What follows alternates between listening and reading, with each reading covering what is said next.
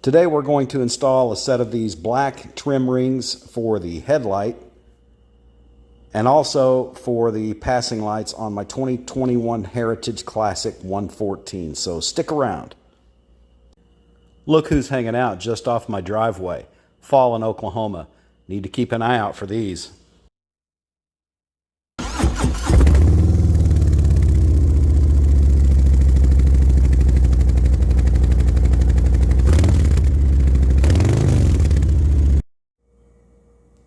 Anytime I'm working on the front end of the bike, I like to protect the front fender with, this is just a microfiber. It's a very clean, soft microfiber towel. I just like to lay it over the fender just to protect it in case I should drop anything and heaven forbid, scratch my paint.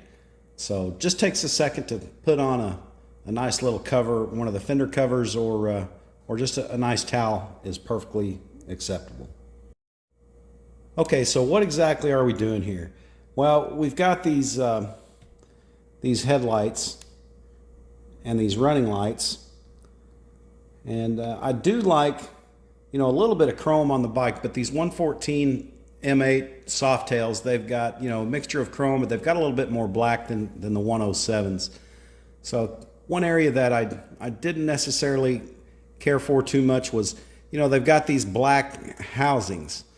But they've got a chrome bezel trim ring around it. So not my favorite look. I kind of like the idea of putting a black one on. Now you can see here on this one, I've already installed this black trim ring. It was kind of a trial run before I did this video. So, in some cases I kind of like to know a little bit what I'm doing before I actually film the video. So that's why I did that. But these are very, very simple installation. Each one basically has just a little Phillips head screw and then a nut. So the screw head is on the outside on both of these outer lights, and then there's a nut on the inside. And I was able just to easily break this loose and unscrew it with a Phillips head screwdriver. Just be careful you don't scratch it. And then it just kind of splits apart, comes off. Now this light will drop out, so you need to just be careful. You don't want it just fly out of there, so just be careful and hold on to it. It is connected by a little wiring setup. The center headlight is a little bit different story. It's also got the same screw and nut down here, but you can't get to it because of the light bar. So the light bar needs to be removed, and it doesn't look too hard. There are two screws. They're Torx 10. There's one right here, and then there's one on the other side right here. So those just basically need to be removed. It's a bracket that's attached to this light bar. It will free that up, and it can dangle a little bit out of your way and give you some clearance and enough room to get to this screw. Here's the boxes they came in. There was one for the two side lights, and then one for the center headlights. So there's your info tags right there. They both look pretty much similar to this packaging. They both came with this foam, really well packaged because they are gloss black paint. And the center one also came with this good set of instructions. It's pretty basic, but it's good to refer to. Although the passing light rings did not come with a set of instructions, here are the instructions for the headlight trim ring. So it's a little bit more complex. The other ones are very straightforward. This one is a little different. And this is how the smaller ones were packaged. Bubble wrap. So really well packaged, no scratches, nice and shiny. We're going to go ahead and take this one off. So got my Phillips screwdriver. I prefer a long, narrow in this case. So pretty simple. You just break her loose. I don't need a wrench on that nut. I did feel it twist just a little, but I was able to hold it with my fingers. So I'm just going to hold on to that nut as I unscrew the other. Comes off. It slips right out. Put the nut on there so I don't lose it, and I'll put this nut in a little container. Now that the screw's out, you can simply just pull this out.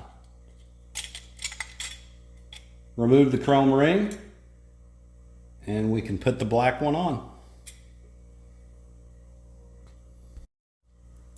Okay, when reinstalling this, make sure you've got it in the correct orientation. This is going to be kind of horizontal, and you can, if you can kind of, you can feel it will kind of, it has a grabby spot right there, and you'll feel it kind of click into its place. I like to hold it with this hand, grab the new ring. I'm spreading it a little bit as I slide it on. There's some grooves around the housing that this will slide into. Make sure you maintain your horizontal alignment there. The gap where you're going to put the screw, you can kind of spin this around as it's loose. Get it positioned where you like it. And a good rule of thumb is the screw will end up being parallel with this bar. So I kind of use that as a guide.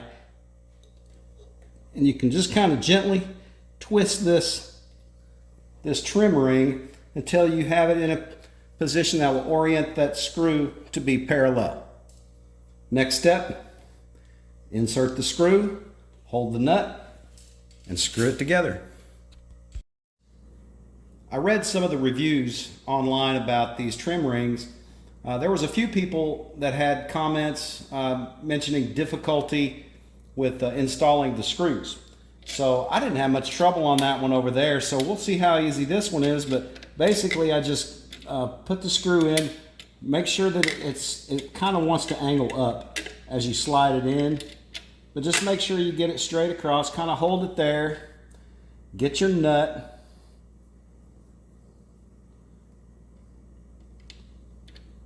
Just kind of hold it in place, and it backs the screw out a little bit naturally.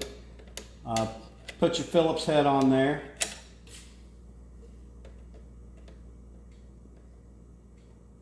See, my difficulty is seeing it.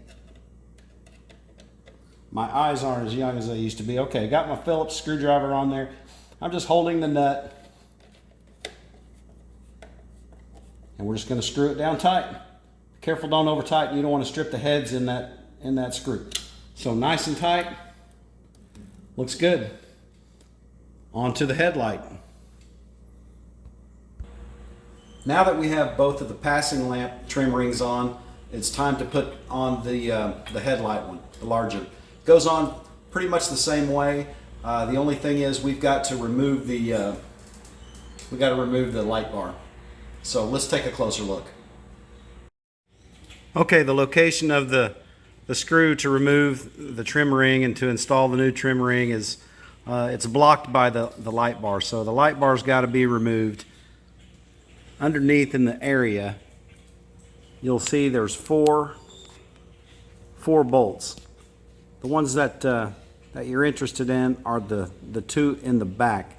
They're Torx headed bolts, so those need to be removed. I haven't done this before or yet, so in theory the light bar will just kind of drop down a little bit. As you can see, I've got these strings that attach my my handlebar bag. It's these leather strings. That's what I use to try to mount and stabilize the bag. So there are some wires that run into this right there, so just be mindful of that. In theory, this should just drop down just a little bit and give me room to get into this area for the screw. Just going to use a Torx number 40 to loosen this. I've already cracked it loose, but they're a little tight. Instructions that came with the trim rings mentioned using some blue Loctite on the threads on the install. So I've got some in the toolbox. We'll make sure that we do that. So just do that on both sides. Remember, it's the rear screws. Okay, you can see that the screws are out and I've been able to lower this light bar down a little. Now fortunately I've got, like I said, I've got these leather straps that are holding my handlebar bag in place. And so if I didn't have those, this would most likely fall right to your fender. So just be mindful of that. Make sure you've got some sort of a good cover on there, and just make sure you hold on to it as you pull those screws out. But this way it looks like I'm going to be able to get the screwdriver right in there and get that loose with no problem. Okay, so I've got my long skinny screwdriver and got just enough clearance. I'm just going to hold this, yes, and just like the other two, I don't really need a wrench. I've just got my fingers on that nut. Screwdriver's a little angled, but it's not very tight. And I've got just enough room.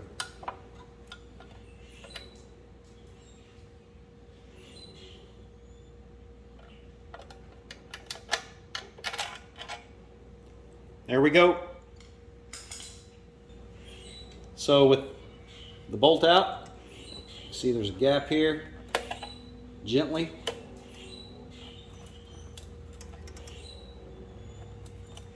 spread these. Okay. Note it's got these little tabs. Makes it a little bit more difficult to spread this. Just be very patient, very careful, go slowly. Okay, fair warning. This is harder than it looks. The little holes that it has to go through are just a tad too small. Maybe with the powder coating, I don't know. But I did have to very gently just enlarge these a little by sticking a screwdriver in there, just very gently, just pulling and just stretching it just a little bit so there was enough clearance for this bolt to go through and then this nut. So now I understand the reviews. People were saying they had a really difficult time getting that on. I did as well. I found the best way to put this on was to actually do it on the bench and get this really loose to where I had as much free play as possible, and that way I could stretch it over the light bulb. There are some tabs on the housing behind it that it needs to slip past. There are very good instructions on this, but this is tedious. Not the easiest simple installation like the passing lights were. A little bit more of a challenge, but definitely doable. I've got it on. There it is. So the last thing we need to do is just reattach the light bar, and to do that we'll use the existing screws that we used to take it out, of course, and then we'll use some of this blue thread locker. Bolt is in, thread locker on, bolt is in, loose. Like to get it as much as I can just by hand first.